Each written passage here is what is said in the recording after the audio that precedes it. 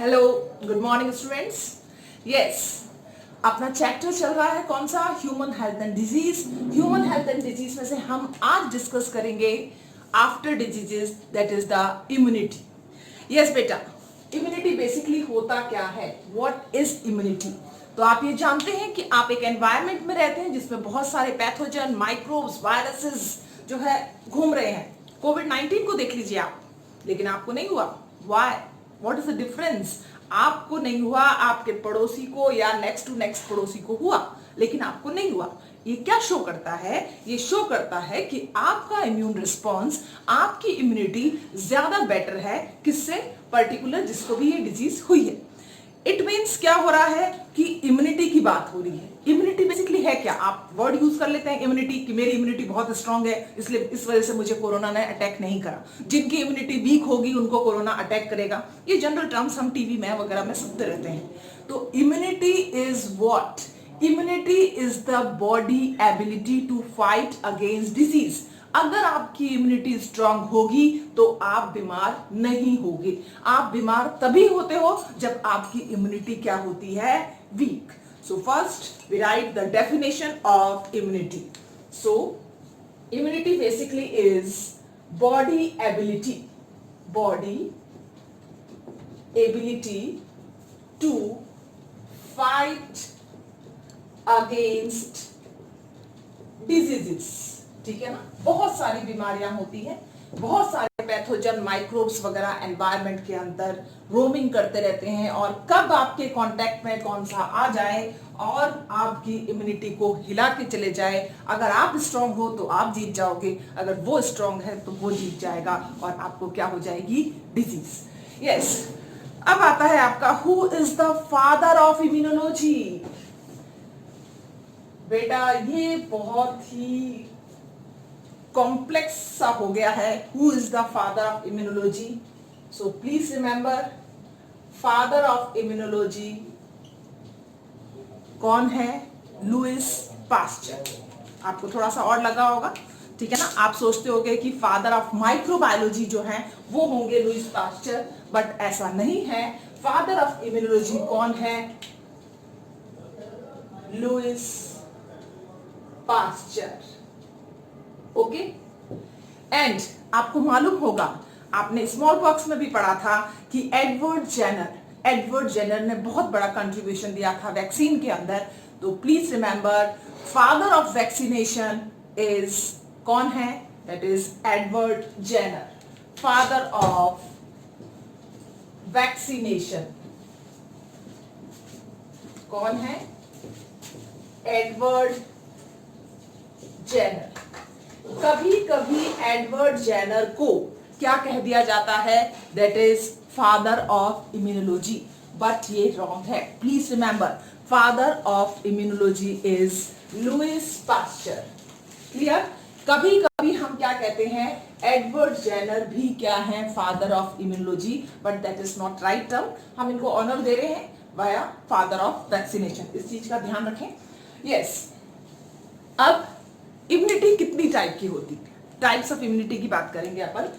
Types of immunity अगर हम बात करते हैं तो कौन कौन सी है? ब्रॉड सेंस के अंदर आप इम्यूनिटी को 2 पार्ट्स में डिवाइड करोगे। कौन कौन सी इम्यूनिटी? पहली वो इम्यूनिटी जो बाय बर्थ आपको गिफ्ट मिलती है, पेरेंट से मिलती है, that is known as innate immunity. कौन सी इम्यूनिटी है? Innate immunity. तो पहली फर्स्ट क्या हो गई बेटा? That is innate immunity. Second is the acquired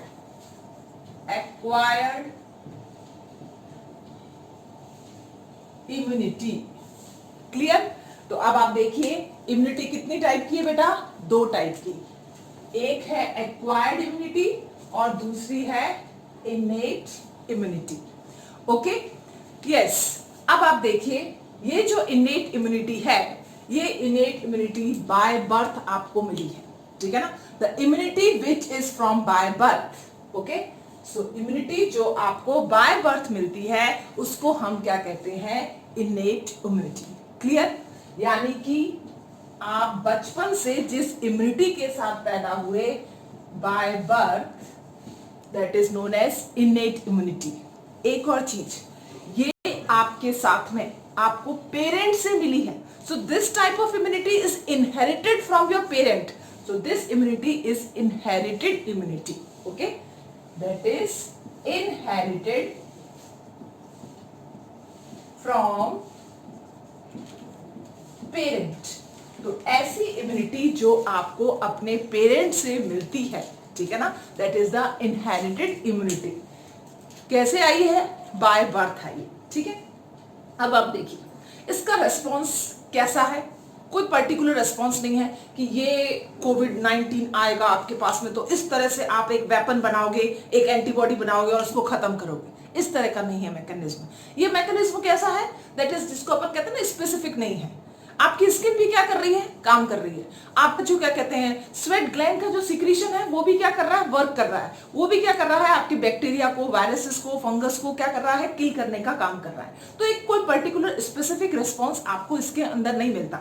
इस तरह की इम्यूनिटी जो पर्टिकुलरली कोई भी स्पेसिफिक रिस्पॉन्स शो नहीं करती है, that is also known as non specific. तो ये कभी भी स्पेसिफिक नहीं है। ये कैसी है? Non specific. हो सकता है जो बैक्टीरिया आ रहा है उसको आप वाया स्किन के जो क्या कहते हैं सिक्रीशन, एसिडिक सिक्रीशन से उसको किल कर दे।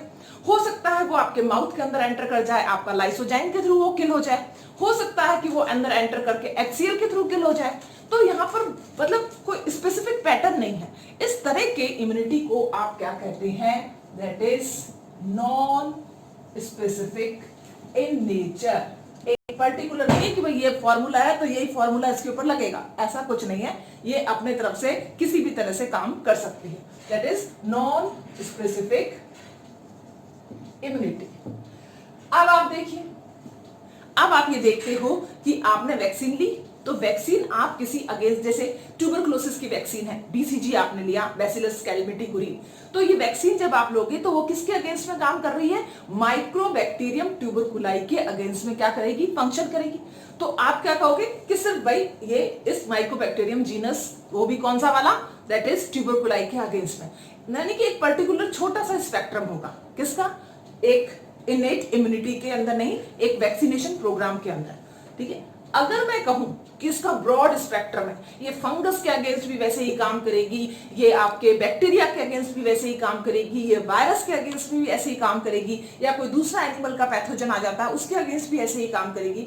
मतलब एक बहुत बड़ा स्पेक्ट्रम है, ठीक है ना। काम करने का तरीका कोई स्पेसिफिक नहीं है, नॉन स्पेसिफिक। लेकिन ये सबके अगेंस्ट में काम कर रही है, सिर्फ एक छोटे से बैक्टीरिया के अगेंस्ट में काम नहीं कर रही है, और वो भी पर्टिकुलर स्पेसिफिक बैक्टीरिया के नहीं, वो फंगस के अगेंस्ट में। सपोज करो कोई भी सिक्रीशन हुआ, आपकी बॉडी के अंदर केमिकल का सिक्रीशन हो रहा है, आपका न्यूट्रोफिल है, तो न्यूट्रोफिल ये देख के तो किल नहीं करता, अरे भाई बैक्टीरिया आ गया उसको मारो, अरे भाई ये आ गया वायरस इसको मारो, ठीक है। ऐसा नहीं है, सबको मारता है। वो पैथोजन की जितना भी कोई भी पैथोजन हो, चाहे वो बैक्टीरिया हो, चाहे वायरस हो, चाहे कुछ भी हो, वो सारे पैथोजन को एक ही समान तरीके से क्या करेगा? किल करेगा। तो हम ये कह सकते हैं कि इनेट इम्यूनिटी का रिस्पॉन्ड क्या है? बहुत ही वाइड है। That is the broad spectrum. किसका? इनेट इम्यूनिटी का, हैविंग ब्रॉड स्पेक्ट्रम। ये आप कैसे देख सकते हैं? क्योंकि ये किसी भी किंगडम में, चाहे वो किंगडम मोनेरा की बात कर रहे हो आप, ठीक है ना, या फिर किंगडम आप प्रोटोजोआ तो रहा नहीं है, प्रोटिस्टा की बात कर रहे हो आप, ठीक है, या आप किंगडम क्या कहते हैं प्रोटिस्टा के अंदर जो प्रोटोजोन्स हो रहे हैं उनकी बात कर रहे हो, एनिमल किंगडम के अंदर जो आपके ये एस्कर हेलमिंथिस, प्लेटीहेलमिंथिस जो हैं उनकी बात कर रहे हो, तो हर एक के उसमें क्या कर रहा है? ये वर्कआउट कर रहा है। इसलिए हमने इसको क्या कहा है? Broad spectrum. तो इस इम्यूनिटी के अंदर जो इम्यूनिटी इनेट इम्यूनिटी है, बाय बर्थ इम्यूनिटी है, क्या कोई इसकी मेमोरी सेल्स हैं? जैसे एक बार अटैक हुआ तो क्या इस स्किन के पास में इस तरह के मेमोरी सेल्स हैं कि वापस ही आएगा तो मुझे ऐसे ही काम करना है? नहीं, इसके पास में कभी भी कोई मेमोरी नहीं बनती है। इसका काम करने का तरीका वैसा ही रहता है जैसे ये फर्स्ट टाइम किसी के साथ में इंटरेक्ट करता है। So they have no memory cells, no immunogenic memory. इसको मालूम है मुझे किल करना है, बस वो सेम उसी पैटर्न के अंदर क्या करेगा, किल। इसको कोई लेना देना नहीं है कि भाई वायरस आएगा तो मैं ऐसे काम करूंगा, ठीक है ना। उसका वही पैटर्न रहेगा, उसके पास में कोई मेमोरी नहीं रहेगी कि मेरे पास पहले भी ऐसा वायरस आया था तो मुझे ऐसे ही काम करना है, इस तरह का कोई नहीं है। वो किल ब्रॉड स्पेक्ट्रम में कहीं से भी हो सकता है, स्किन से भी, कोई उसकी मेमोरी आपकी बॉडी के अंदर नहीं रहेगी। तो ये सारे के सारे क्राइटेरिया जो है that is known as innate immunity. इसका जस्ट अपोजिट क्या हो जाता है, that is acquired immunity. So acquired immunity कभी भी बाय बर्थ आपको नहीं मिलती है। एक्वायर्ड इम्यूनिटी वो होती है जो आप अपनी लाइफ टाइम के अंदर क्या करते हैं, अर्न करते हैं। यानी कि आप पैथोजन से इंटरेक्ट करेंगे, आपकी बॉडी कुछ एंटीबॉडीज बनाएगी और उस एंटीबॉडीज के थ्रू आपकी बॉडी का वर्कआउट होगा, तो आपका इंटरेक्शन हुआ उस पैथोजन के साथ में, फिर वो इम्यूनिटी आपकी बॉडी के अंदर डेवलप हुई। तो ऐसी इम्यूनिटी जो बाय बर्थ नहीं आती है बल्कि एक्वायर्ड होती है थ्रू आउट द लाइफ, उसको आप क्या कहोगे, दैट इज एक्वायर्ड इम्यूनिटी। तो फर्स्ट डिफरेंस हम लिखेंगे that is not by birth,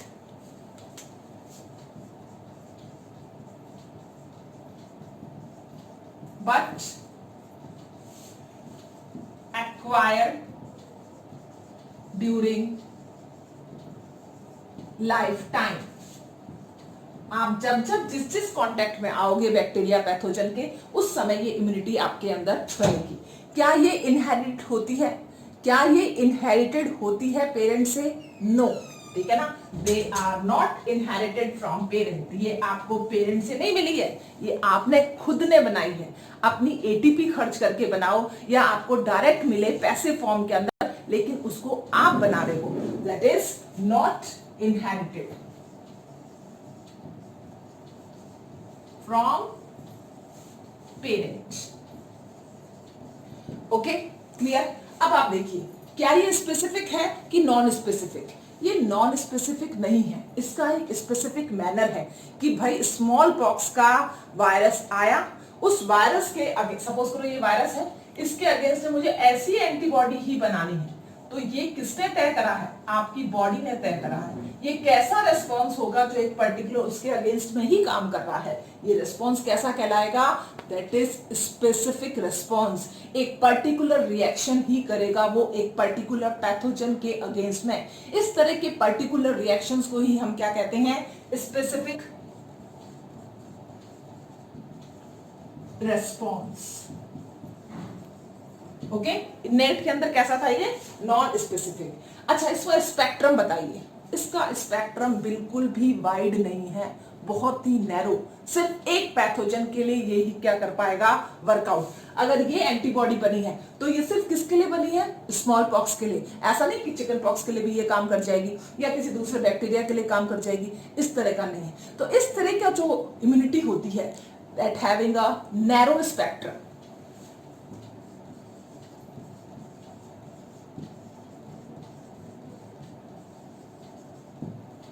हाँ जी, सबसे इंपॉर्टेंट बात, क्या इसमें मेमोरी सेल्स बनते हैं? इम्यूनोजेनिक मेमोरी सेल्स इसमें बनते हैं। यस, स्मॉल पॉक्स की वैक्सीन जो आपको बचपन में लगी होगी वो थ्रू आउट द लाइफ काम करेगी। जब तक आप जीवित हैं तब तक वो वैक्सीन के जो एंटीबॉडीज हैं आपकी बॉडी के अंदर रह रही हैं। तो किसी का तो आप देखते हो कि मेमोरी सेल्स तो बनेंगे, किसी के अंदर वो मेमोरी सेल्स एक लंबे टाइम के तक रहते हैं और किसी के अंदर वो मेमोरी सेल्स बहुत कम टाइम के लिए। फॉर एग्जांपल टेटनस का टीका आप कब लगाते हो? हर साल लगा रहे हो टेटनस का टीका। इट मींस उसके मेमोरी सेल्स जो है वो 1 साल तक ही जीवित हैं, 1 ईयर तक के लिए वो वायबल है। लेकिन कुछ के लिए वो कब तक वायबल है? Through out the life. तो मेमोरी सेल्स तो बनते हैं जो इनको क्या करते हैं? बनाकर रखते हैं। So next is they have immunogenic memory cells. Okay beta, so these are some basic difference between the innate immunity and the acquired immunity. ये दोनों ही आपको आनी चाहिए कि innate by birth होगा, okay, और acquired by birth नहीं होगा। ये जो इनेट इम्यूनिटी है ये आपको पेरेंट से मिली है, ये इम्यूनिटी आपको पेरेंट से नहीं मिलती। ये कैसा रेस्पॉन्स है? नॉन स्पेसिफिक रेस्पॉन्स है, पर्टिकुलर कोई स्पेसिफिसिटी नहीं है, लेकिन इसके अंदर पर्टिकुलर एंटीबॉडी का सिक्रेशन होता है पर्टिकुलर एंटीजेंस को किल करने के लिए। यस, इसका स्पेक्ट्रम ब्रॉड है, इसके अंदर आप बैक्टीरिया भी ले आओ, आप इसके अंदर वायरस भी ले आओ, आप इसके अंदर एस्केरिस भी और हेलमिंथिस भी ले आओ, प्रोटोजोआ भी ले आओ, लेकिन इसके लिए आपको सिर्फ एक नैरो स्पेक्ट्रम, उसी के अगेंस्ट में ये क्या करेगी? वर्कआउट करेगी। कभी भी मेमोरी सेल्स नहीं बनते हैं किनके अंदर? इनेट इम्यूनिटी के अंदर, लेकिन एक्वायर्ड में हमेशा मेमोरी सेल्स बनेंगे और इसी वजह से इनका रेस्पॉन्स, सेकेंडरी रेस्पॉन्स कैसा होता है? बहुत ही फास्ट। प्राइमरी बहुत ही वीक, लेकिन सेकेंडरी रेस्पॉन्स बहुत ही फास्ट होता है। इसको भी हम डिटेल में पढ़ेंगे, लेकिन सबसे पहले हम फोकस करेंगे किसके ऊपर? इनेट इम्यूनिटी के ऊपर। ओके बेटा? यस बेटा, our whole defensive mechanism is depend upon our ability to differentiate between the self and non self. Okay, so सबसे इंपॉर्टेंट जो प्रॉपर्टी है अपने इम्यून सिस्टम की, वो क्या प्रॉपर्टी है? Our immune system, our immune system differentiate between differentiate between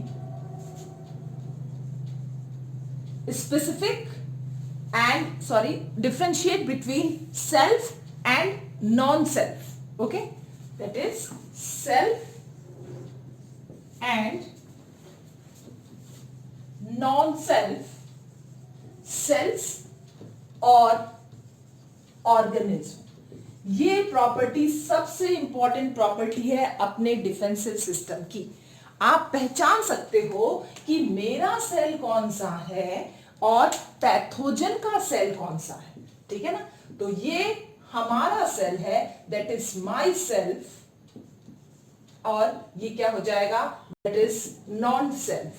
ये जो प्रॉपर्टी है कि आप डिफरेंशिएट कर पाए कि इन दोनों में से आपका अपना सेल कौन सा है और अपोजिट सेल, नॉन सेल्फ या पराया कौन सा है, ये प्रॉपर्टी किसके पास में प्रेजेंट होती है? हमारे इम्यून सिस्टम के पास में, ठीक है ना?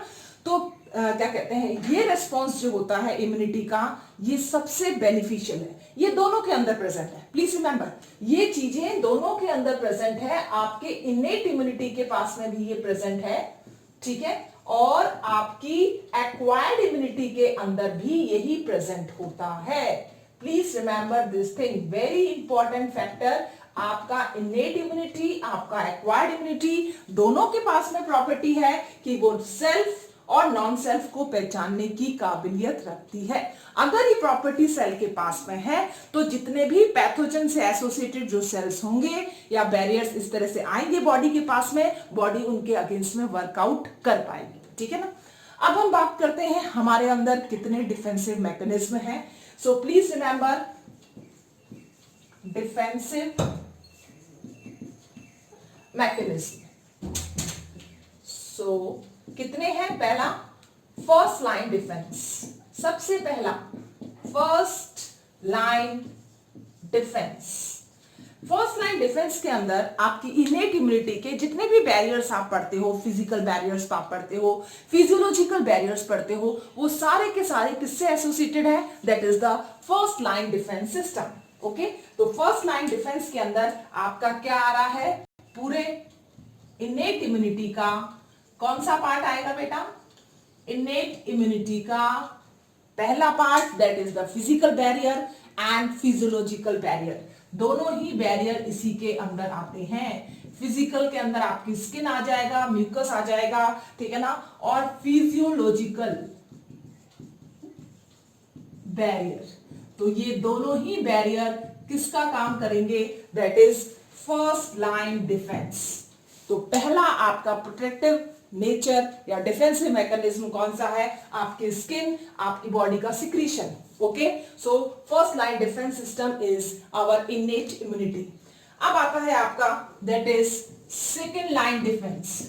तो please remember, second line defence इससे थोड़ा सा क्या होगा? एडवांस होगा, लेकिन किसका पार्ट है? इनेट इम्यूनिटी का ही पार्ट है। इस चीज को ध्यान रखें, सेकेंड लाइन डिफेंस भी किसका पार्ट है? इनेट इम्यूनिटी का ही पार्ट है। लेकिन इसके अंदर क्या आएंगे, आपके सेलुलर बैरियर्स आएंगे, आपके साइटोकाइंस आएंगे। ठीक है, please remember cellular barriers, cellular barrier plus क्या आ गए आपके साइटोकाइंस, जैसे कि इंटरफेरॉन आ जाएगा, इंटरल्यूकिन्स आ जाएंगे। ये इस तरह से जो है मैकेनिज्म जो काम करेगा, that is also of इनेट immunity. तो फर्स्ट लाइन डिफेंस और सेकंड लाइन डिफेंस दोनों ही किसका पार्ट हुए, इनेट इम्यूनिटी का। अब आपसे सबसे लास्ट में आता है जो that is the third line of defence, third line of defence. ये आपकी लास्ट आर्मी जो काम करने में आएगी, आपकी इम्यूनिटी को स्ट्रांग बनाने में आएगी, दैट इज एक्वायर्ड इम्यूनिटी। ठीक है ना, ये किस में आ जाएगा, ये एक्वायर्ड इम्यूनिटी। क्लियर। तो हमारी बॉडी के अंदर सबसे पहले सेल्फ और नॉन सेल्फ की पहचान के लिए स्पेशल आपकी बॉडी पूरा का पूरा जो है स्कैनिंग कर सकती है कि कौन मेरा है और कौन पराया है। ये एबिलिटी सबसे इंपॉर्टेंट एबिलिटी है आपके इम्यून सिस्टम की। फर्दर हम अपने सिस्टम को फर्दर डिवाइड करते हैं three line of defence, first line, second line and third line. First line of defence जो सबसे पहले एक्टिव होगा, that is our skin and physiological barriers, जो किसका पार्ट है, इनेट इम्यूनिटी का। Second line of defence that is the physiological barrier, cellular defensive system जो आएगा उसके अंदर, not physiological, cellulars and cytokines, that is the second line of defence. और third line of defence जो है वो क्या है, आपकी एक्वायर्ड इम्यूनिटी। अगर ये तीनों को क्रॉस करेगा तब जाके जो है आपको प्रॉब्लम आती है, अदरवाइज प्रॉब्लम आने के चांसेस नहीं है। तो जिसका इनेट इम्यूनिटी स्ट्रांग है तो उसको प्रॉब्लम बहुत कम आती है। तो हमें सबसे पहले अपने इनेट इम्यूनिटी को जो बाय बर्थ आपको मिली है, बाय गिफ्ट आपको मिली है, आपके पेरेंट्स से इनहेरिटेड हुई है, उस इम्यूनिटी को क्या बनाना है, स्ट्रांग बनाना है। ओके बेटा, अब हम इनेट इम्यूनिटी को लेते हैं डिटेल में। यस बेटा, innate immunity have four types of barrier. Innate immunity have how many types of barrier? Have four types of barrier. इनको हम डिटेल में लेंगे सभी को, ठीक है ना। तो चार तरह के कौन कौन से बैरियर्स पाए जाते हैं किसके अंदर, ह्यूमन बीइंग के अंदर, इनेट इम्यूनिटी के। सो फर्स्ट बैरियर जिसको हम क्या कहते हैं, फिजिकल बैरियर। फिजिकल बैरियर इसको हम लेंगे। Second barrier that is known as physiological. Physiological barrier यानी कि आपके जो ऑर्गन का जो फंक्शनिंग है उसके अकॉर्डिंग कौन कौन से बैरियर्स हैं, दैट इज फिजियोलॉजिकल बैरियर। हाँ जी, थर्ड कौन कौन से सेल्स हैं आपकी बॉडी के अंदर, जैसे न्यूट्रोफिल वगैरह, जो सबसे पहले अटैक करेंगे, that is known as cellular barriers. And the last fourth one is name the chemicals which help in the interaction of particular neutrophils और अदर एलिमेंट्स, मैक्रोफेजेस एक्सेट्रा। तो इस तरह के केमिकल्स के थ्रू जो एक साथ कोलैबोरेशन हो जाता है बहुत सारे न्यूट्रोफिल्स का, मैक्रोफेज का, या कौन कौन से केमिकल्स आपकी बॉडी में सिक्रीट होते हैं वो हम लेंगे, दैट इज साइटोकाइन्स, जो प्रमोट करेंगे सेल के बैरियर को आगे फंक्शन करने के लिए। तो ये चार तरह के बैरियर्स हैं, हर एक को हम डिटेल में लेंगे। सबसे फर्स्ट हम ले रहे हैं फिजिकल बैरियर। फिजिकल बैरियर में आपका सबसे पहला आता है दैट इज स्किन। अगर आपसे मैं पूछूं विच is the largest defensive organ of your body, तो आप क्या कहेंगे, your largest defensive organ of your body is skin, ठीक है ना। तो हम इसको largest defensive organ of body भी कहते हैं। वेरी इंपॉर्टेंट क्वेश्चन आ चुका है नीट के अंदर। ओके, सेकंड जो है आपका स्किन के अलावा दैट इज फिजिकल बैरियर के अंदर, फिजिकल बैरियर को 1 टर्म दिया है तो हम स्किन को दे देते हैं ए और बी दे देते हैं हम mucus, mucus membrane. Okay, skin के अंदर आप ध्यान रखें कि स्किन जो है उसके अंदर 2 तरह के ग्लैंड्स भी प्रेजेंट होते हैं। कौन कौन से ग्लैंड्स प्रेजेंट है? पहले अपन ने म्यूकस लिख दिया, इसको हटा दिया मैंने यहाँ से, ठीक है, इसको फिर डिटेल में करेंगे अभी। हाँ जी, स्किन में कौन कौन से 2 ग्लैंड्स प्रेजेंट होते हैं? पहला है आपका sweat gland, yes this is sweat gland, और दूसरा है सेबेशियस ग्लैंड। अब आप देखिए स्किन कैसे काम करती है डिफेंस के लिए। सबसे पहले इंटरेक्शन किससे होगा? स्किन के थ्रू। तो इंटरेक्शन जैसे ही स्किन के थ्रू होगा, स्वेट ग्लैंड जो सिक्रीशन प्रोड्यूस कर रहा है उसके अंदर क्या क्या प्रेजेंट है? सबसे इंपॉर्टेंट, उसके अंदर यूरिक एसिड भी है, उसके अंदर यूरिया भी है, उसके अंदर लाइसोजाइम्स भी हैं। तो बहुत सारा जो भी सब्सटेंस हमारी बॉडी के थ्रू क्या हो रहा है, एक्सक्रीट आउट भी हो रहा है। किसके थ्रू? स्किन के थ्रू, वाया स्वेट ग्लैंड्स। तो स्वेट ग्लैंड का जो सिक्रीशन है वो कैसा हो जाता है? एसिडिक। क्यों? क्योंकि उसके अंदर यूरिक एसिड भी प्रेजेंट है, यूरिया प्रेजेंट है। अब इस एसिडिक सिक्रीशन जो 3 to 5 के बीच में रहता है पीएच इसका, मोस्टली 3 to 5 पीएच जो है that is not helpful in bacterial culture. तो बैक्टीरिया का कल्चर आसानी से नहीं हो पाता किसके ऊपर? स्किन के ऊपर। किस वजह से? क्योंकि मीडियम कैसा हो गया है? Acidic medium. प्लस इसके अंदर क्या प्रेजेंट होते हैं? लाइसोजाइम्स भी प्रेजेंट होते हैं। प्लीज रिमेंबर, लाइसोजाइम क्या करते हैं? बैक्टीरिया की वॉल को परफोरेटेड कर देते हैं, छेद छलनी बना देते हैं, पोर्स बना देते हैं, ठीक है ना। तो बैक्टीरिया की वॉल को क्या कर दिया? बैक्टीरियल वॉल को परफोरेटेड कर दिया, ठीक है ना, पोर्स बना दिए। किसने?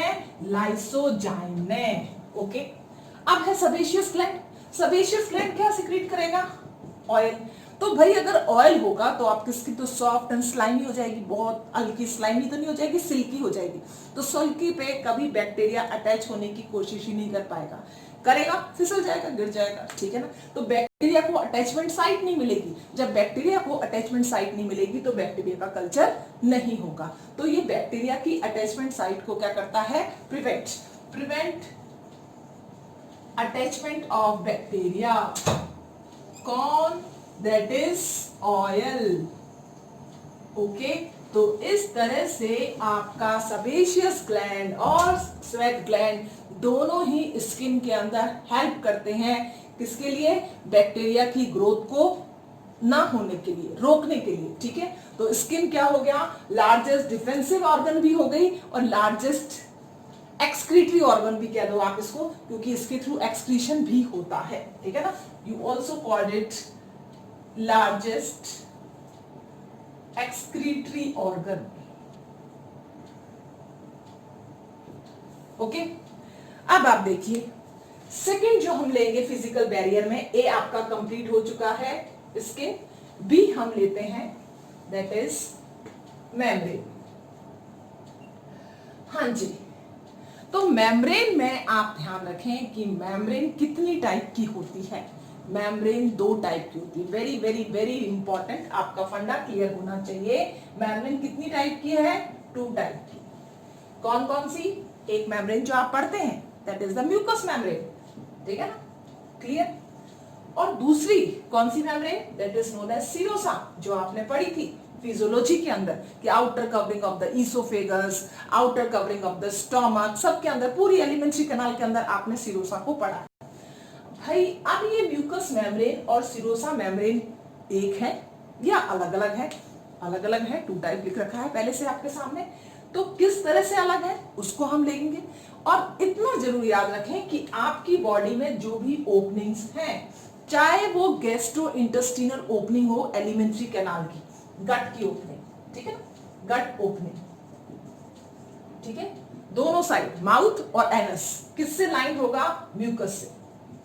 माउथ और एनस दोनों ही किससे लाइंड है? म्यूकस से लाइंड है, ठीक है बेटा। तो इस चीज का आप ध्यान रखें, इसको थोड़ा डिटेल में कर लेते हैं क्योंकि आपका कॉन्सेप्ट भी क्लियर होना बहुत जरूरी है। यस, गट ओपनिंग में माउथ और एनस दोनों ही किससे लाइन होगा? That is mucus membrane. किससे लाइन है? म्यूकस मेम्ब्रेन से। ठीक है, अब अपन लेते हैं रेस्पिरेटरी ट्रैक्ट, आपका लंग्स। ठीक है, नोज से नेजल पैसेज से एयर जा रहा है लंग्स के अंदर और फिर वहां से ही क्या हो रहा है? एक्सेल होके बाहर आ रहा है। कौन सी है lining? That is the mucus. तो रेस्पिरेटरी ट्रैक्ट, ओके, ये भी क्या है? म्यूकस से लाइन है। Third one is the urinogenital.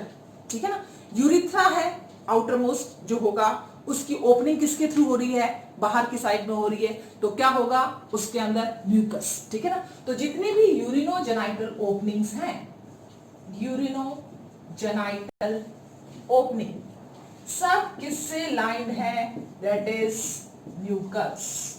Mucus. कहीं सिरोसा आपने पढ़ा? नहीं पढ़ा।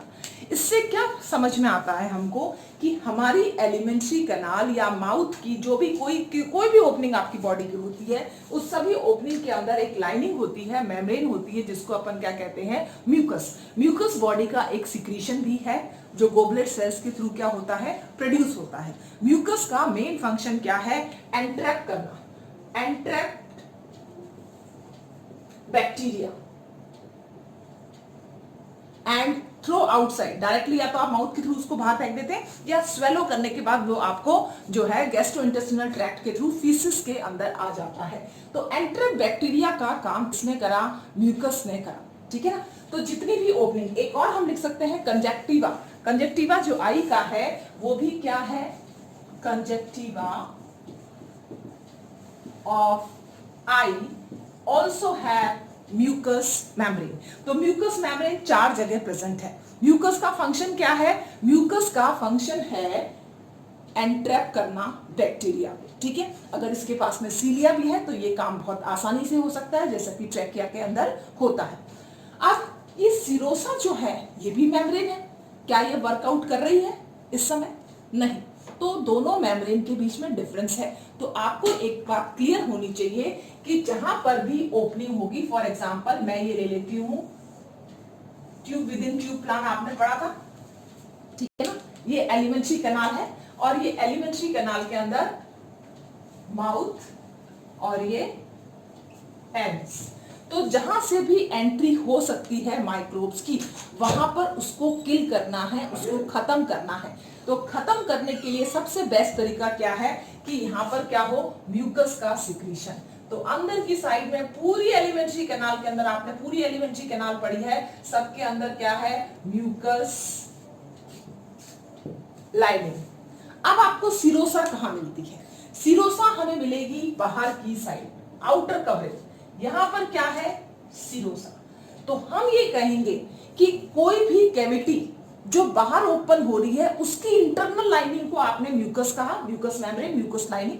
लेकिन जो आपकी बॉडी के अंदर क्लोज्ड कैविटीज हैं, ठीक है, जो भी क्लोज्ड कैविटी है, यानी कि सीलोम अगर प्रेजेंट है तो सिरोसा वहां पर मिलेगी। क्लोज्ड कैविटी की आउटर लाइनिंग, आउटर लाइनिंग को आप क्या कहोगे? सिरोसा। फॉर एग्जाम्पल ये आपका क्या है? Thoracic cavity. कौन सी कैविटी है? थोरेसिक। थोरेसिक कैविटी के अंदर क्या प्रेजेंट होते हैं? लंग्स प्रेजेंट होते हैं, आप सबको मालूम है। फॉर एग्जाम्पल मैं ये ट्रैकिया बना देती हूं, ट्रैकिया के बाद में मैंने ये लंग्स बना दी। ठीक है ना, अब सिरोसा कहां प्रेजेंट है? सिरोसा प्रेजेंट होगा कहां पर? इसके बाहर, ये वाली लाइन है। सिरोसा कहां प्रेजेंट है? ये वाला, जिसको आप पेराइटल और विसरल पेरिटोनियम बोलते हैं, उसकी आउटर कवरिंग जो है वही क्या है? सिरोसा। दिस विसरल पेरिटोनियम क्या हुआ? सॉरी, बाहर की साइड में है पेराइटल, पेराइटल पेरिटोनियम, और ये लंग्स के बाहर वाली, इसको आपने क्या कहा? Visceral peritoneum. तो पेराइटल पेरिटोनियम, विसरल पेरिटोनियम क्या है? That is the close cavity. ये क्लोज कैविटी है, ये कैविटी थोड़ी ओपन हो रही है, ये कैविटी क्या हो गई?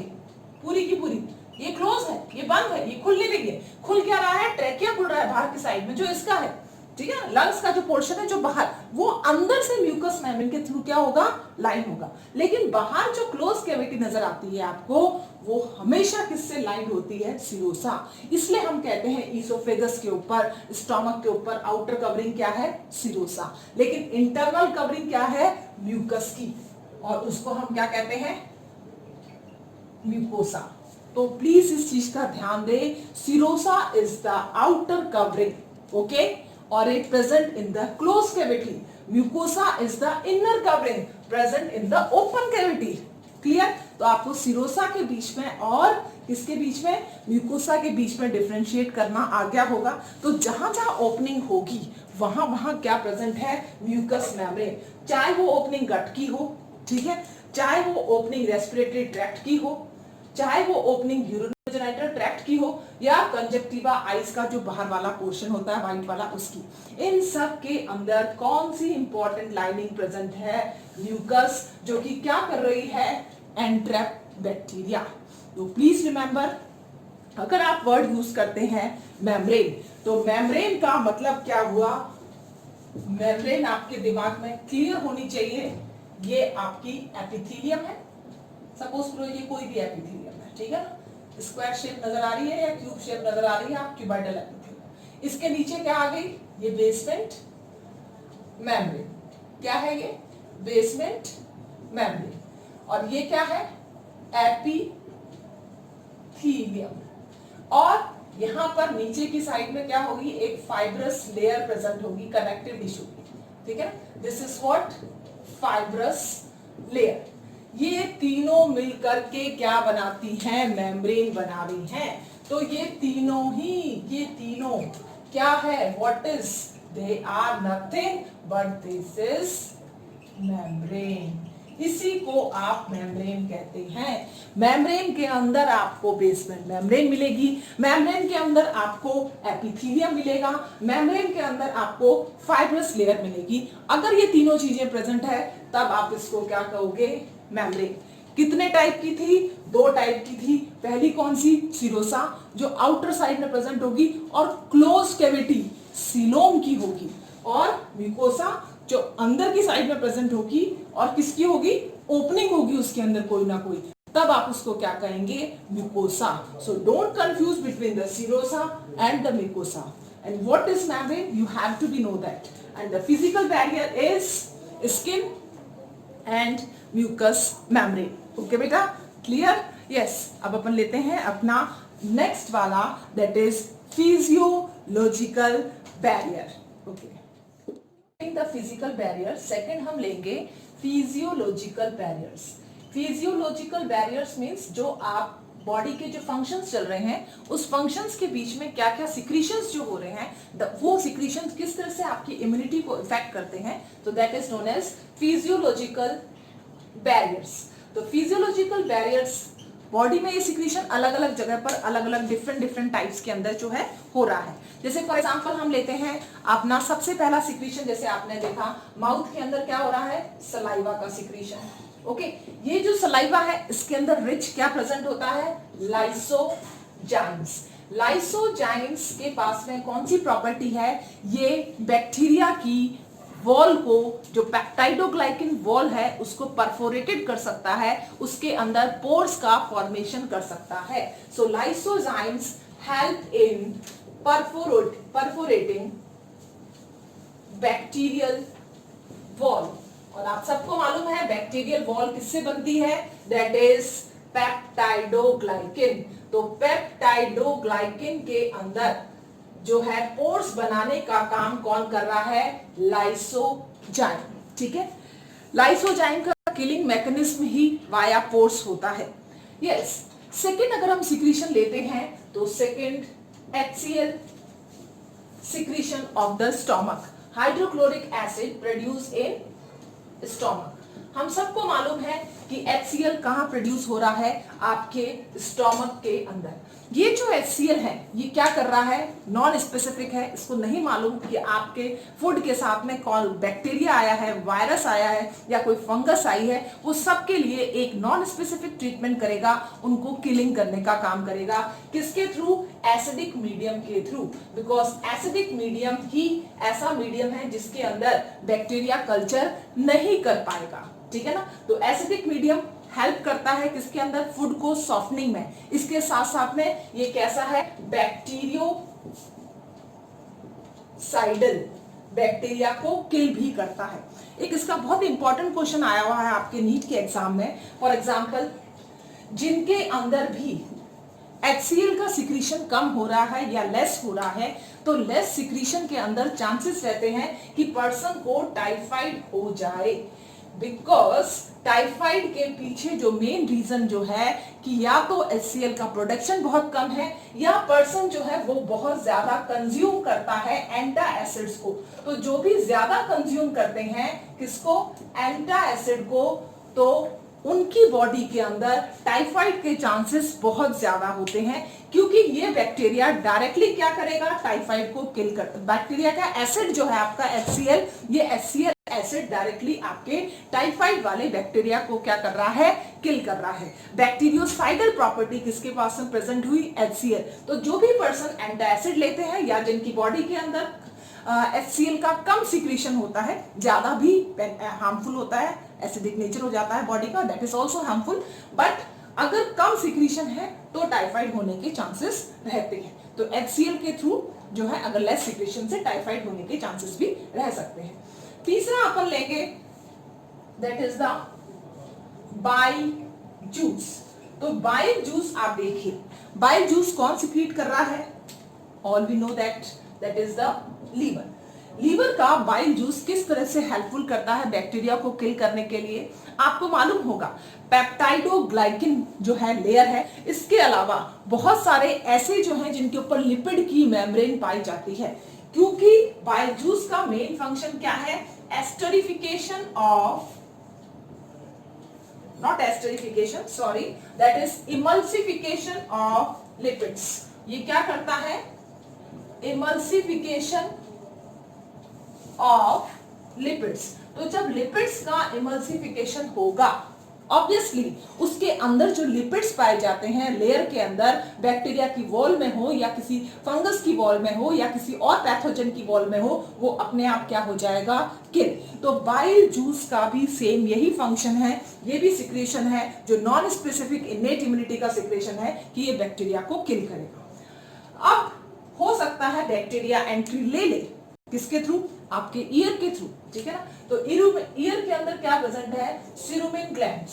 सीरुमिन ग्लैंड्स क्या कर रहे हैं, एक सिक्रीशन प्रोड्यूस कर रहे हैं, किसका, वैक्स का।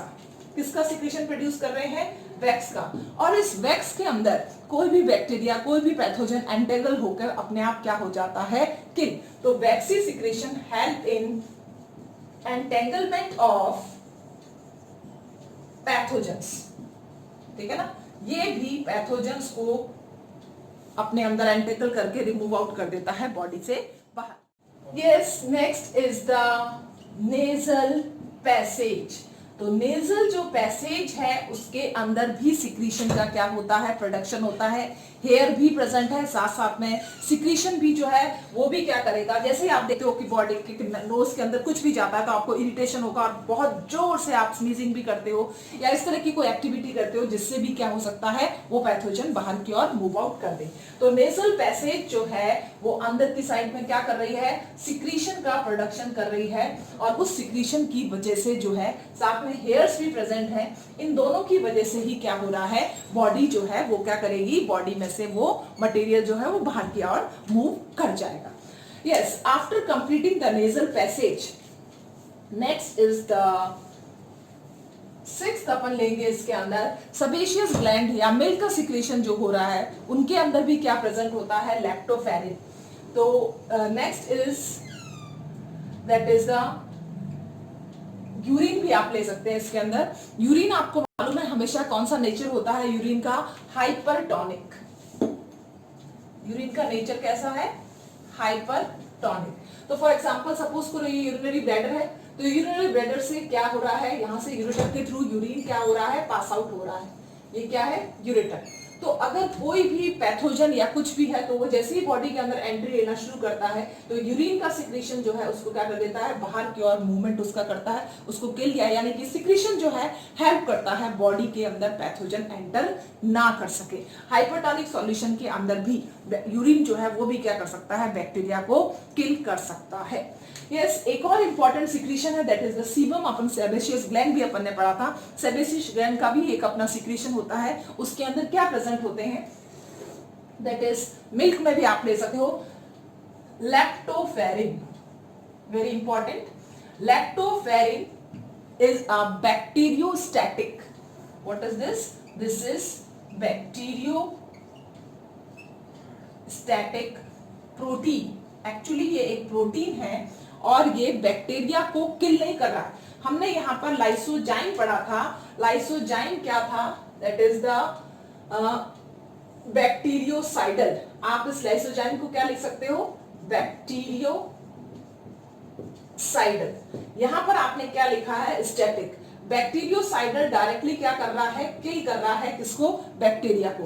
लेकिन बैक्टीरियोस्टैटिक क्या करेगा, यहां पर लैक्टोफेरिन जो है वो आयरन को एब्जॉर्ब करता है। जब ये आयरन को एब्जॉर्ब करेगा तो ऑब्वियसली यहां पर सपोज करो, मैं यहां पर ले लेती हूं उसको, ये आयरन को क्या कर रहा है, एब्जॉर्ब कर रहा है। तो जब इसने आयरन को एब्जॉर्ब करना शुरू करा लैक्टोफेरिन ने, तो आयरन इसके पास में क्या होगा, एक्यूमुलेट होना शुरू हो जाएगा। जब आयरन इस लैक्टोफेरिन के पास में आ जाएगा, आपको मालूम है बैक्टीरिया का ग्रोथ किसकी वजह से होती है, आयरन की वजह से भी होती है।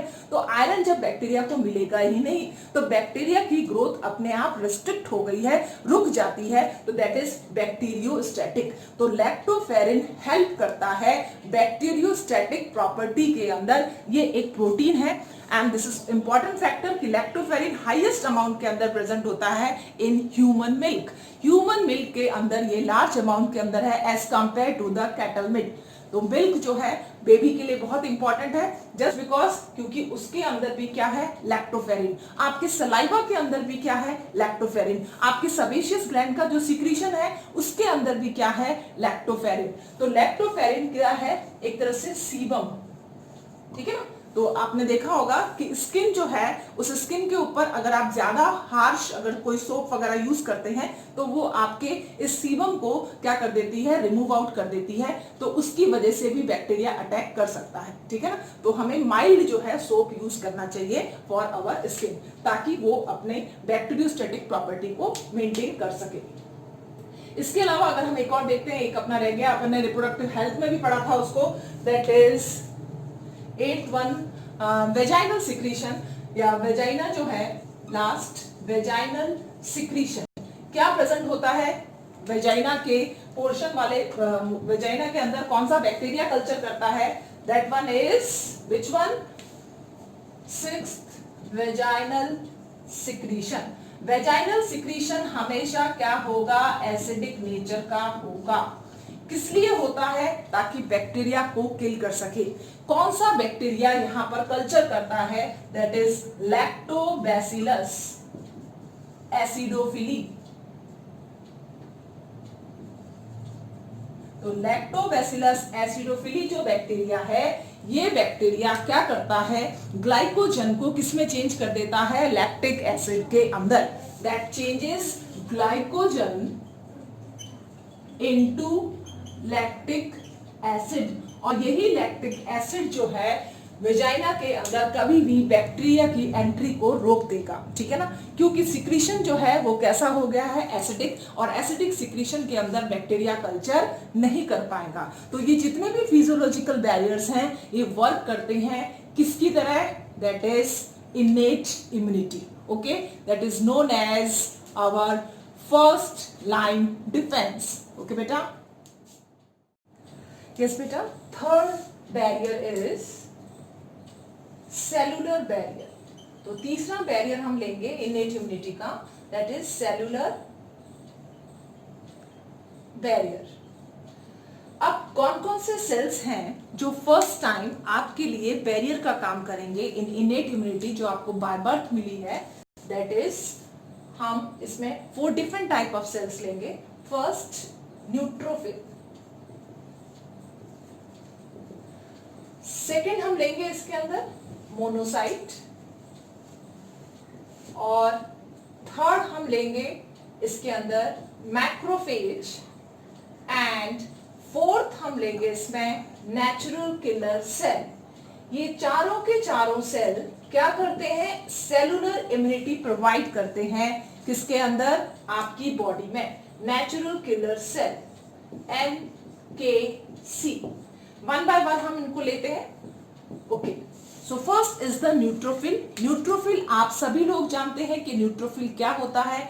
Neutrophil first is the leukocyte. क्या है ये? एक WBC है. ठीक है ना.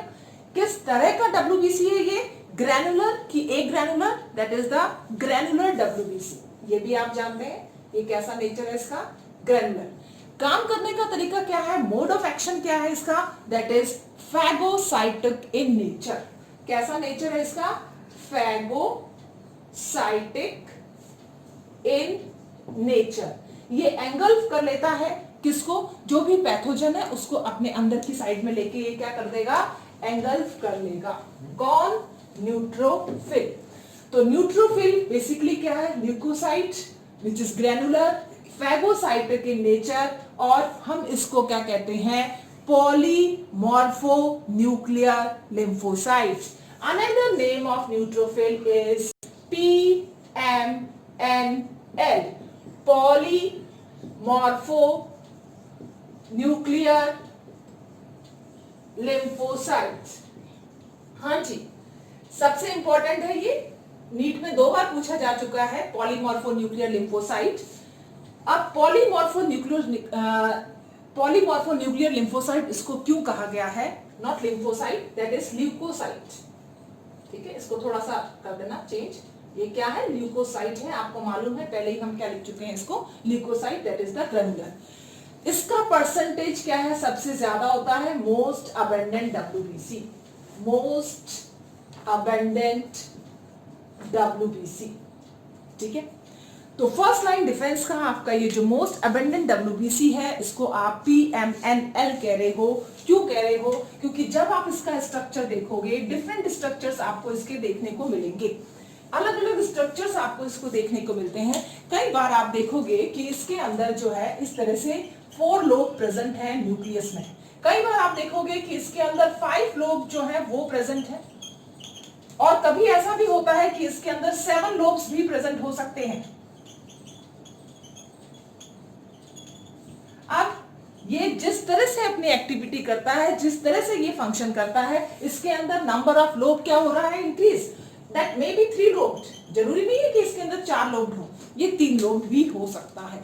तो अब आप देखिए, यहां पर आपको ये 3 लोब नजर आ रहा है, इसके अंदर आपको ये 7 लोब नजर आ रहा है, यहां पर आपको ये 1 2 3 4 5 लोब नजर आ रहा है, यहां पर ये 1 2 3 4 लोब नजर आ रहा है.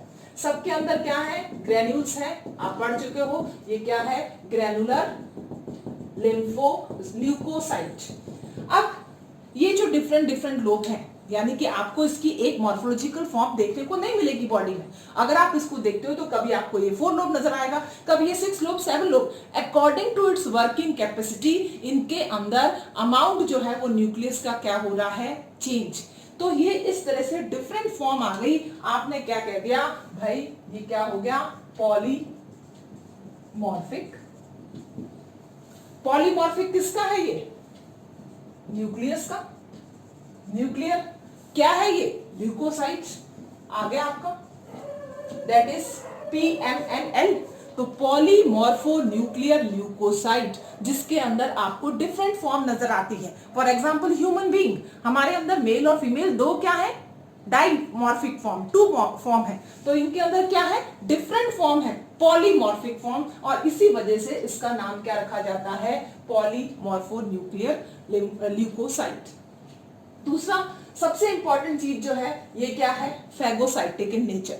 अगर इसको वर्क करना है तो कैसे वर्क करेगा, सपोज करो ये पैथोजन है, ये कोई भी माइक्रोब है, इस माइक्रोब को किल करने के लिए सबसे पहले मोस्ट अबेंडेंट जो है WBC आपकी बॉडी के अंदर जो प्रेजेंट है वो कौन सा है, न्यूट्रोफिल, सबसे ज्यादा अमाउंट है न्यूट्रोफिल यहाँ पर प्रेजेंट है। ये अलग अलग लोब के न्यूक्लियस इसके अंदर आपको नजर आ रहे हैं, 4 लोब। जब ये इसके पास में आएगा इसको अपने अंदर क्या कर लेगा, एंगल्फ कर लेगा।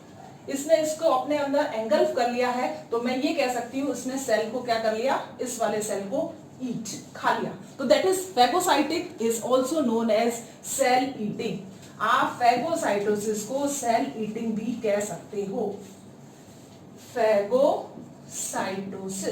तो इसका वर्किंग जो स्ट्रेटेजी है वो क्या है, ये एंगल्फ करता है किसको, पैथोजन को। पैथोजन को इसने क्या कर लिया, एंगल्फ कर दिया, और एंगल्फ करके इसको क्या कर देगा, किल कर देगा ये पूरा। ठीक है, तो इस तरह का मैकेनिज्म पाया जाता है किसके अंदर, न्यूट्रोफिल में। न्यूट्रोफिल के बाद में हम दूसरा बैरियर ले रहे हैं, that is known as monocyte.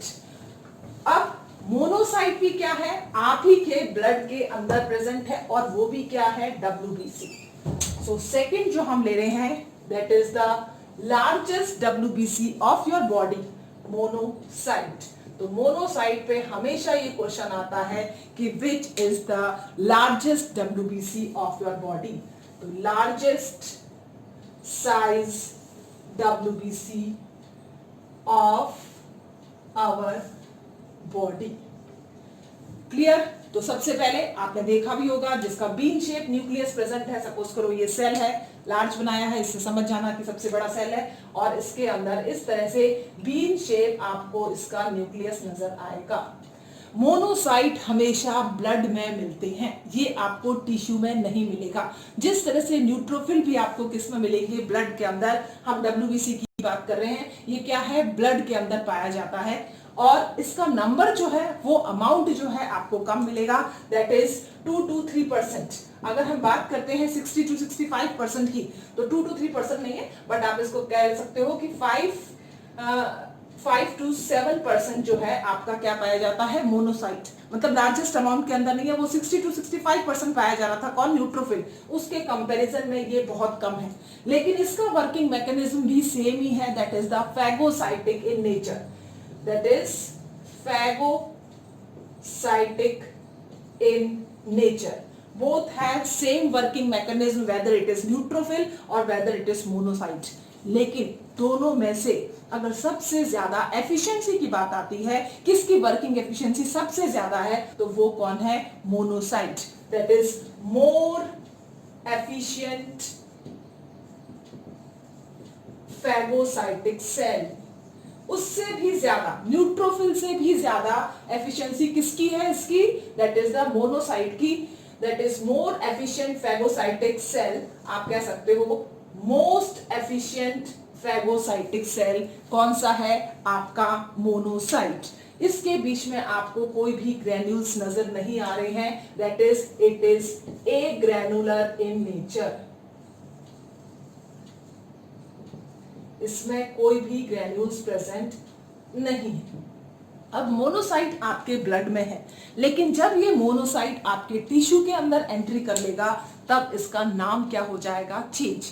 अब आप इसको क्या कहोगे, मैक्रोफेज। तो मोनोसाइट आपने इसको कब कहा, जब ये ब्लड में प्रेजेंट था, लेकिन जब ये ब्लड से किसी भी टिश्यू के अंदर एंटर कर जाता है, चाहे वो लीवर में आए, चाहे वो किडनी में जाए, चाहे वो स्टमक या किसी स्मॉल इंटेस्टाइन के अंदर, आप अब इसको क्या कहोगे, दैट इज थर्ड टाइप जो है अपनी, macrophage. Macrophage is nothing but the monocyte present inside the tissue is known as macrophage. So what is macrophage? That is monocyte present in tissue known as macrophage. अब आप उसको किस नाम से बुलाओगे, macrophage.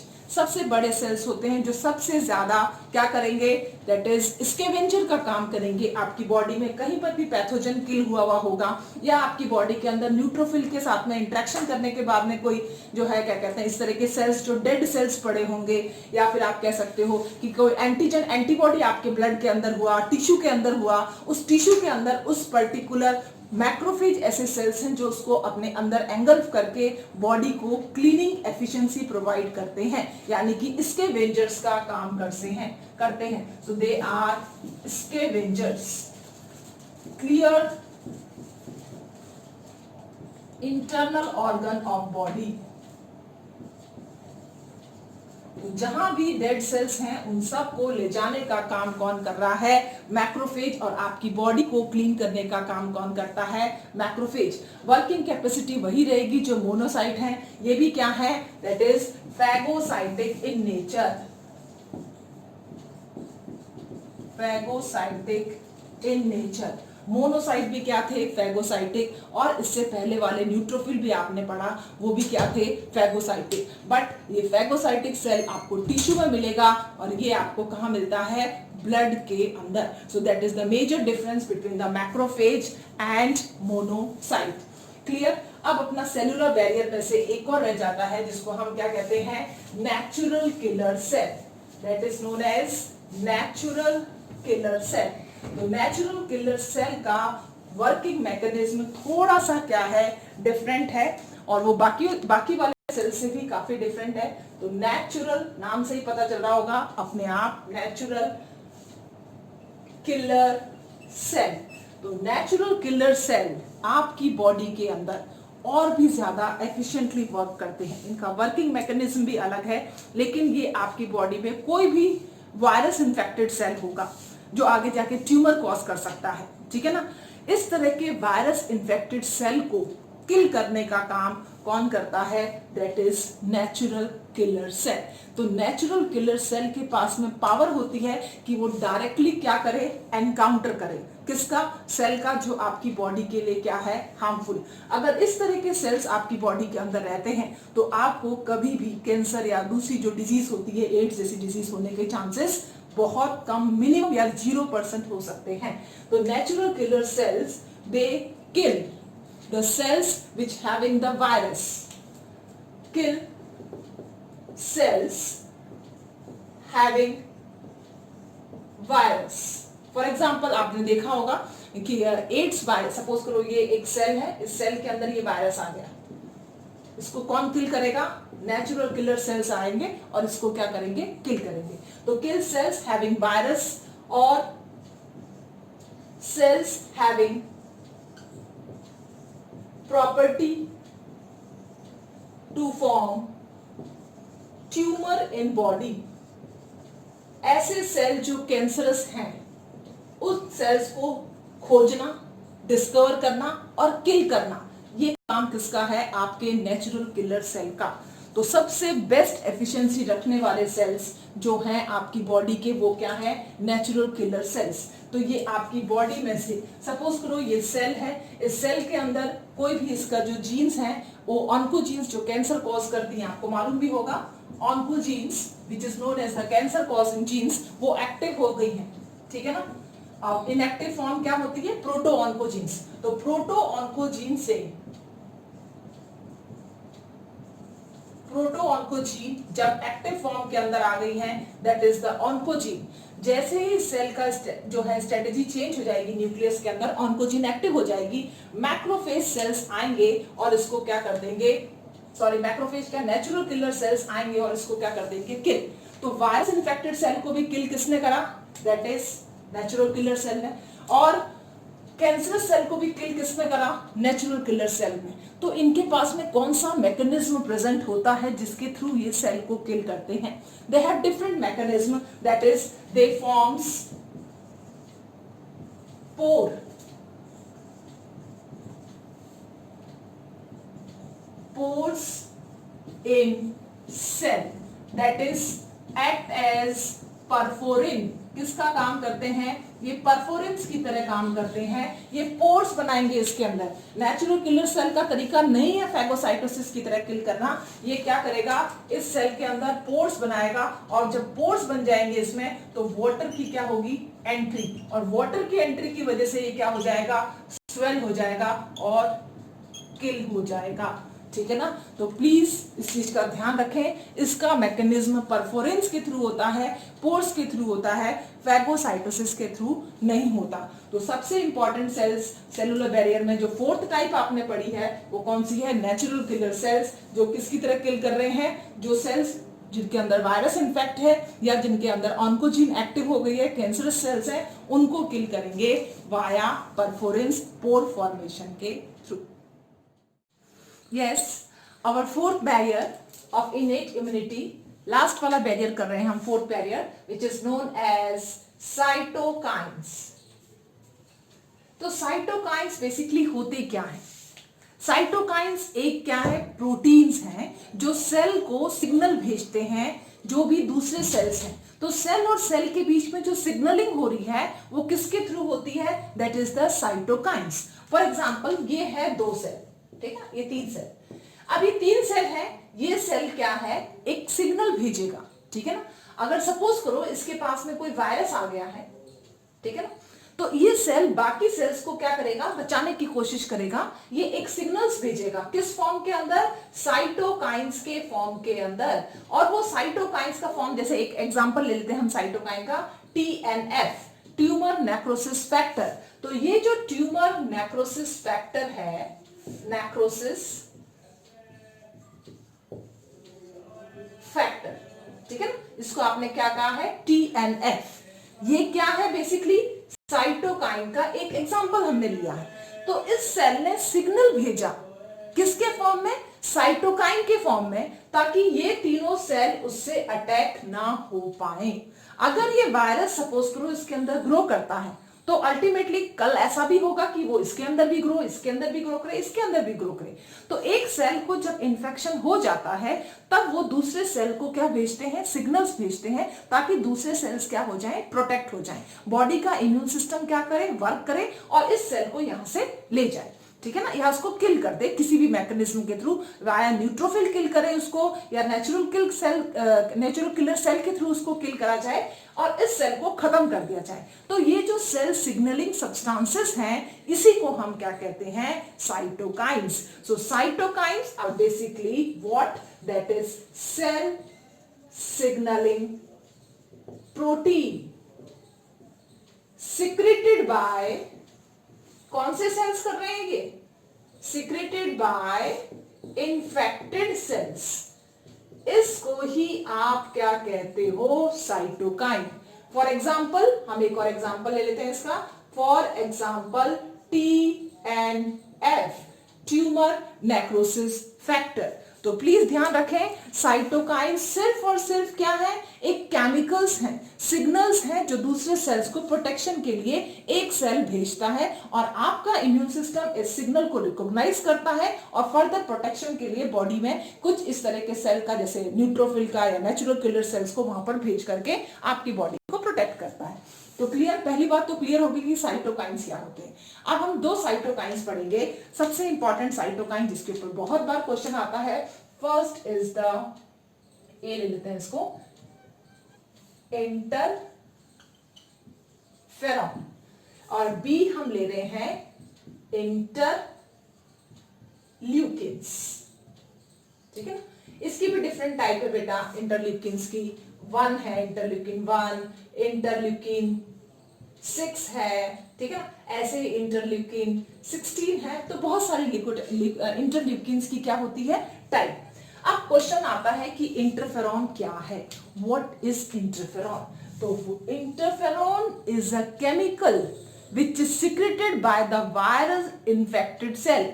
और ये जो केमिकल, दैट इज, जो कौन से फॉर्म के अंदर प्रेजेंट होता है, प्रोटीन फॉर्म के अंदर प्रेजेंट होता है, उसको हम क्या कहते हैं, इंटरफेरॉन कहते हैं। सो इंटरफेरॉन आर द प्रोटीन, क्या है ये, प्रोटीन, और स्पेशली इनका मॉलिक्यूलर वेट बहुत कम होता है, ध्यान रखना, low molecular weight. Protein secreted by, किसके थ्रू सिक्रेट हुआ है? Secreted by viral infected cell.